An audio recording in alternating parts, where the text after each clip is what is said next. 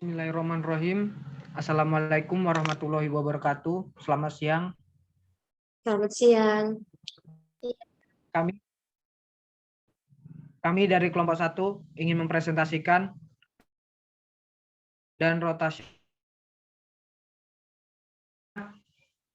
Kita mulai. Untuk slide kedua akan dibaca. Silakan.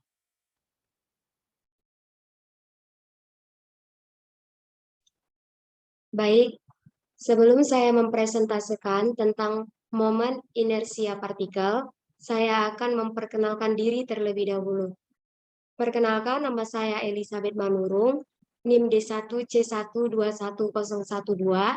Di sini saya akan mempresentasikan tentang momen inersia partikel. Sebelum kita mengetahui tentang momen inersia partikel, kita akan mengetahui tentang torsi. Torsi dalam fisika disebut momen atau momen gaya. Adalah bentuk ekivalen rotasi dari gaya linear. Konsep torsi diawali dari kerja Archimedes dengan alat peraga tuas. Secara umum, torsi dapat dianggap sebagai gaya rotasi, analog rotasi dari gaya massa, dan percepatan adalah torsi. Momen inersi dari percepatan sudut. Gaya yang bekerja pada tuas dikalikan dengan jarak dari titik tengah tuas adalah torsi. Contohnya, gaya dari 3 Newton bekerja sepanjang 2 meter dari titik tengah mengeluarkan torsi yang sama dengan 1 Newton bekerja sepanjang 6 meter dari titik tengah. Ini menandakan bahwa gaya dalam sebuah sudut pada sudut yang tepat kepada tuas lurus. Lebih umumnya, seseorang dapat mendefinisikan torsi dalam perkalian silang. Torsi, gaya yang memiliki kemampuan untuk membuat benda berotasi. Besar kecilnya torsi dipengaruhi oleh proses atau titik tumpu, gaya, dan jarak atau lengan. Torsi merupakan perkalian antara gaya dan jarak. Rumusnya, torsi sama dengan gaya dikali jarak gaya terhadap poros. Torsi dan momen gaya. Torsi berarah positif apabila gaya menghasilkan rotasi yang berlawanan dengan arah jarum jam. Torsi berarti negatif apabila gaya menghasilkan rotasi yang searah jarum jam. Faktor yang mempengaruhi torsi yaitu pertama gaya, kedua panjang lengan yang disimbolkan dengan R, yang ketiga momen inersia yang dilambangkan dengan I, dan percepatan sudut. Contohnya adalah yang pertama, ketika pintu rumah diberi gaya oleh tangan, maka engsel akan berputar. Engsel dan dinding sebagai sumbu putar. Jarak engsel ke posisi tangan di mana gaya bekerja disebut lengan gaya. Contoh kedua, membuka baut dengan kunci pas diberikan gaya oleh tangan baut akan terbuka. Baut sebagai pusat rotasi, jarak baut ke posisi tangan di mana gaya bekerja disebut lengan gaya. Setelah kita mengetahui tentang torsi, kita juga harus mengetahui tentang momen inersia partikel. Momen inersia adalah hasil kali antara massa partikel itu yang dilambangkan dengan M dengan kuadrat jarak tegak lurus dari sumbu rotasi ke partikel yang dilambangkan dengan R kuadrat. Secara matematis, momen inersi partikel dirumuskan sebagai I sama dengan mr pangkat 2. Keterangannya, I adalah momen inersia, M adalah massa partikel, sedangkan R adalah jarak partikel dari sumbu rotasi. Momen inersi sejumlah partikel mengandung sejumlah partikel, maka momen inersia total sistem tersebut merupakan jumlah momen inersia masing-masing partikel. Penjumlahan dapat dilakukan secara aljabar, biasa karena momen inersia merupakan besaran skala. Konsep partikel itu berbeda dengan konsep benda tegar dalam gerak lurus dan gerak parabola. Misalnya, harus menganggap benda sebagai partikel, karena ketika bergerak, setiap bagian benda itu memiliki kecepatan. Maksudnya, kecepatan linear yang sama. Ketika sebuah mobil bergerak, misalnya bagian depan dan bagian belakang mobil mempunyai kecepatan yang sama. Jadi, kita bisa menganggap mobil seperti partikel alias titik. Ketika sebuah benda melakukan gerak rotasi, kecepatan linear setiap bagian benda berbeda-beda. Setelah membahas momen inersi partikel, maka akan berkenalan dengan momen inersia benda tegar. Benda tegar itu memiliki bentuk dan ukuran yang beraneka ragam. Jadi, untuk membantu kita memahami momen inersia benda-benda yang memiliki bentuk dan ukuran yang berbeda-beda itu, terlebih dahulu kita pahami momen inersia partikel. Misalnya, sebuah partikel bermasa M diberikan gaya F sehingga ia melakukan gerak rotasi terhadap sumbu O. Partikel itu berjarak R dari sumbu rotasi. Mula-mula partikel itu diam, kecepatan sama dengan 0. Setelah diberikan gaya F, partikel itu bergerak dengan kecepatan linear tertentu. Mula-mula partikel diam, lalu bergerak, mengalami perubahan kecepatan linear setelah diberikan gaya. Dalam hal ini, benda mengalami percepatan tangensial. Percepatan tangensial adalah percepatan linear partikel ketika berrotasi. Dilanjutkan oleh presentasi selanjutnya. Baiklah, kita lanjut. Untuk slide ketiga akan dibacakan oleh Graciana. Kepada Graciana, kami persilakan.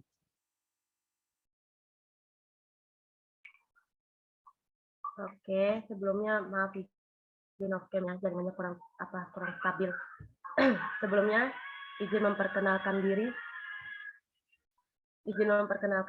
Nama saya Graciana Butar-Butar dengan NIM D1C1212002. Saya akan membacakan slide ketiga, yaitu tentang momen inersia benda tegar. Benda tegar bisa kita anggap tersusun dari banyak partikel yang tersebar di seluruh bagian benda itu. Tentu saja memiliki jarak R dari sumbu rotasi. Jadi, momen inersia dari setiap benda merupakan jumlah total momen inersia setiap partikel yang menyusun benda itu. Dinamika benda tegar. Ciri utama benda tegar adalah bentuk benda tidak berubah meskipun benda tersebut dikenai gaya, seperti gaya tekan, gaya gesek, dan sebagainya.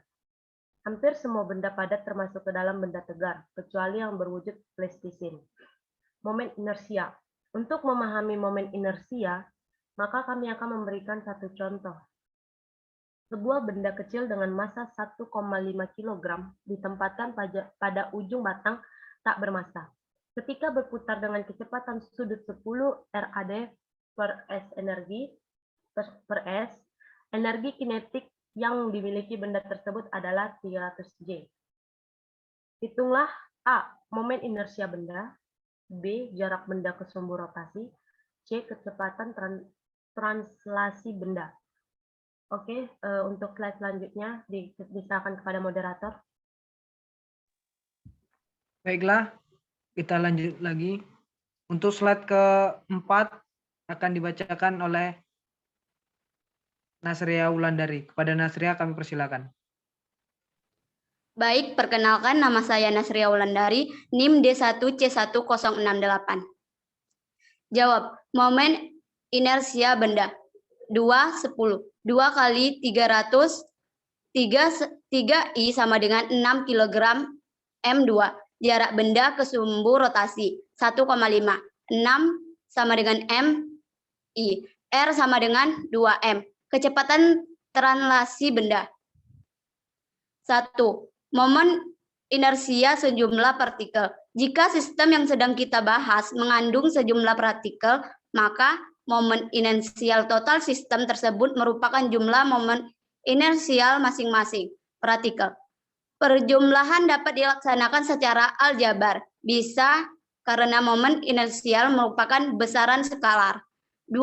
Menentukan momen inersial benda. Benda kontinu seperti tongkar, bola, dan silinder tidak dapat dilakukan dengan penjumlahan sederhana seperti di atas. Momen inersial benda-benda ini dihitung dengan cara integral. Metode integral akan kita bahas pada bagian ini. Kepada moderator, saya persilakan. Baiklah, kita lanjut. Untuk slide kelima akan dibacakan oleh Clara. Kepada Clara kami persilakan. Ya, sebelumnya perkenalkan, nama saya Clara Betseba Lorentas Payung dengan NIM D1C121030. 3. Dalil sumbu sejajar. Momen inersia sebuah benda, khususnya yang memiliki bentuk tidak teratur, lebih mudah ditentukan terhadap sumbu yang melalui pusat massa. Penentuan ini dapat dilakukan secara eksperimen, namun bagaimana menentukan momen inersia benda tersebut jika sumbu tidak melalui pusat massa? Untuk maksud tersebut, kita ditolong oleh suatu dalil yang namanya dalil sumbu sejajar. Asalkan momen inersia terhadap sumbu pusat massa diketahui, maka momen inersia pada sembarang sumbu yang sejajar dengan sumbu pusat massa dapat ditentukan. 4. Jari-jari girasi. Salah satu besaran lain yang adalah jari-jari girasi. Dinamika cairan yang di dalamnya dimasukkan polimer rantaikan oleh jari-jari girasi polimer tersebut. Kita sudah bahas bahwa momen inersia sebuah benda titik adalah 2I sama dengan mr. Dengan M, massa benda titik, dengan R adalah jarak titik ke sumbu rotasi. Untuk benda yang bukan titik, momen inersia memiliki rumus yang berbeda-beda, bergantung pada bentuk benda, tetapi jika benda tersebut digantikan dengan sebuah titik Y, SS-nya sama. Berapakah jarak titik massa tersebut ke pusat massa benda sehingga dihasilkan momen inersia yang sama besarnya? Nah, jarak inilah yang disebut jari-jari girasi. Kepada moderator kami persilahkan. Baiklah, kita lanjut. Untuk slide yang ke-6 akan dibacakan oleh Agung. Kepada Agung kami persilakan. Baik, perkenalkan nama saya Agung Reskiansyah, NIM D1C121072. 5. Momen gaya. Telah kita pelajari di bab-bab awal bahwa benda yang diam akan bergerak hanya jika pada benda tersebut bekerja gaya. Benda yang sedang bergerak akan mengalami perubahan kecepatan ketika pada benda tersebut juga dikenai gaya. Ini hukum Newton 2. Hal serupa berlaku pada gerak rotasi. Benda yang diam akan berotasi jika pada benda tersebut bekerja suatu besaran yang namanya momen gaya atau troka. Benda yang sedang berotasi akan mengalami perubahan kecepatan sudut jika pada benda tersebut juga bekerja momen gaya. 6. Rotasi murni. Benda dikatakan melakukan gerak translasi jika pusat massa benda berubah posisi. Ini hanya dapat terjadi jika gaya total yang bekerja pada titik 0. Namun, jika gaya total yang bekerja pada benda 0, maka tidak ada translasi pusat massa. 7. Gabungan rotasi dan translasi. Jika resultan gaya yang bekerja pada benda titik jika resultan gaya yang bekerja pada benda tidak 0 dan gaya yang bekerja dan segaris, maka muncul gaya Newton dan Toroka. Newton sekaligus akibatnya muncul dua macam gerakan sekaligus, yaitu translasi pusat massa dan rotasi terhadap pusat massa. Contoh gerak semacam ini adalah gerak bola yang digelindingkan di lantai dan gerak roda kendaraan. Ya, kepada moderator selanjutnya. Baiklah, untuk slide ke-7 akan saya bacakan sendiri. Sebelumnya saya memperkenalkan diri terlebih dahulu. Nama saya Indra Kurniawan, NIM D1C121058. 8. Menggelinding dan slip. Perhatikan putaran roda mobil saat mobil bergerak.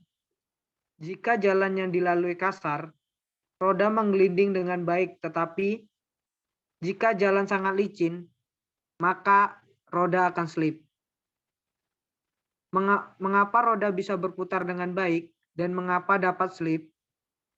Perputaran roda disebabkan adanya gaya gesekan antara roda dengan jalan. Karena gaya ini menyinggung roda yang berhenti tidak segaris pusat massa, maka gaya tersebut menghasilkan momen gaya. Akibatnya adalah timbulnya percepatan rotasi pada roda. 9. Energi kinetik benda tegar. Gerakan benda tegar umumnya merupakan pusat massa dan gerak rotasi terhadap pusat massa. Akibatnya, energi kinetik yang dimiliki benda tegar yang sedang bergerak merupakan gabungan dari energi kinetik dua acam gerakan tersebut. 10. Teorema usaha energi gerak rotasi. Teorema ini mengatakan bahwa usaha yang dilakukan gaya luar pada suatu benda sama dengan perubahan energi kinetik benda. Karena kemiripan gerak rotasi dan translasi, maka teorema tersebut dapat diterapkan langsung pada gerak rotasi benda tegar dengan mengganti besaran-besaran yang sesuai. Untuk gerak rotasi benda tegar, teorema usaha energi berbunyi. Usaha yang dilakukan oleh momen gaya luar sama dengan perubahan energi kinetik rotasi benda tegar. Baiklah, untuk slide ke-8 dan ke-9 akan dibacakan oleh Juan. Kepada Juan kami persilakan. Ya, sebelumnya perkenalkan, nama saya Juan Immanuel Sinaga dengan NIM D1C1210044. Teorema usaha energi umum. Karena secara umum benda tegar melakukan itu translasi dan rotasi, maka pada perhitungan teorema usaha energi yang umum kita harus memperhitungkan usaha gaya dan usaha momen gaya. Efek dan usaha tersebut adalah munculnya perubahan pada energi rotasi. Maka dengan demikian menjadi usaha yang dilakukan luar dan momen luar sama dengan perubahan energi kinetik translasi dan rotasi benda tegar. Dan contohnya, 1. Molekul oksigen mengandung 2 atom oksigen yang memiliki massa total 5,6 kali 216.010 minus 25 kg. Momen inersia terhadap sumbu yang tegak lurus garis penghubung di tengah-tengah antara dua atom adalah 1,10 kg. Perkirakan jarak antara dua atom. Jawabannya, informasi yang diberikan adalah soal massa satu atom adalah M sama dengan 5,6 kali 1026 per 2 sama dengan 2,65 kali 10 kurang 26 kg. Dan momen inersia sama dengan 1,6 10 kg, tetapi 1 sama dengan MR2 tambah MR kuadrat sama dengan 2 MR kuadrat.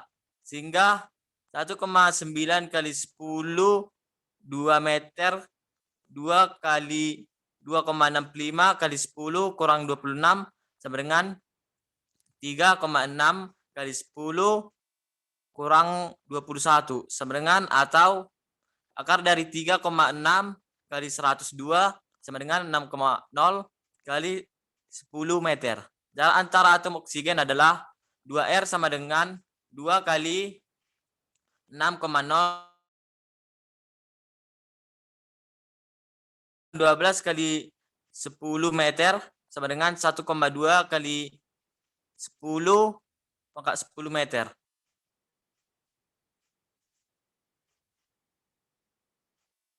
Dan contoh yang kedua, sebuah cakram berjari-jari R sama dengan 0,5 meter dihubungkan salah satu titik di pinggirnya dengan batang yang bermassa yang panjang 2R. Massa cakram adalah 2,5 kg. Berapakah momen inersia tersebut di ujung batang yang lainnya? Jawabannya, momen inersia cakram diukur dari sumbu melalui pusat 1 PM sama dengan MR kuadrat sama dengan 2,5 dikali 0,5 kuadrat sama dengan 0,3125 kg meter kuadrat. Jarak sumbu baru atau ujung batang ke pusat cakram adalah D sama dengan 3R sama dengan 3 kali 0,5 sama dengan 1,5 meter. Dengan dalil sumbu sejajar, momen inersia terhadap sumbu di ujung batang adalah 1 sama dengan 1 ditambah MD kuadrat sama dengan 0,3125 ditambah 2,5 kali 15 kuadrat sama dengan 5,9 kg meter kuadrat. Dan kami persilahkan moderator. Baiklah, mungkin cukup sekian presentasi dari kami. Kami akhiri. Wabillahi taufiq wal hidayah. Wassalamualaikum warahmatullahi wabarakatuh.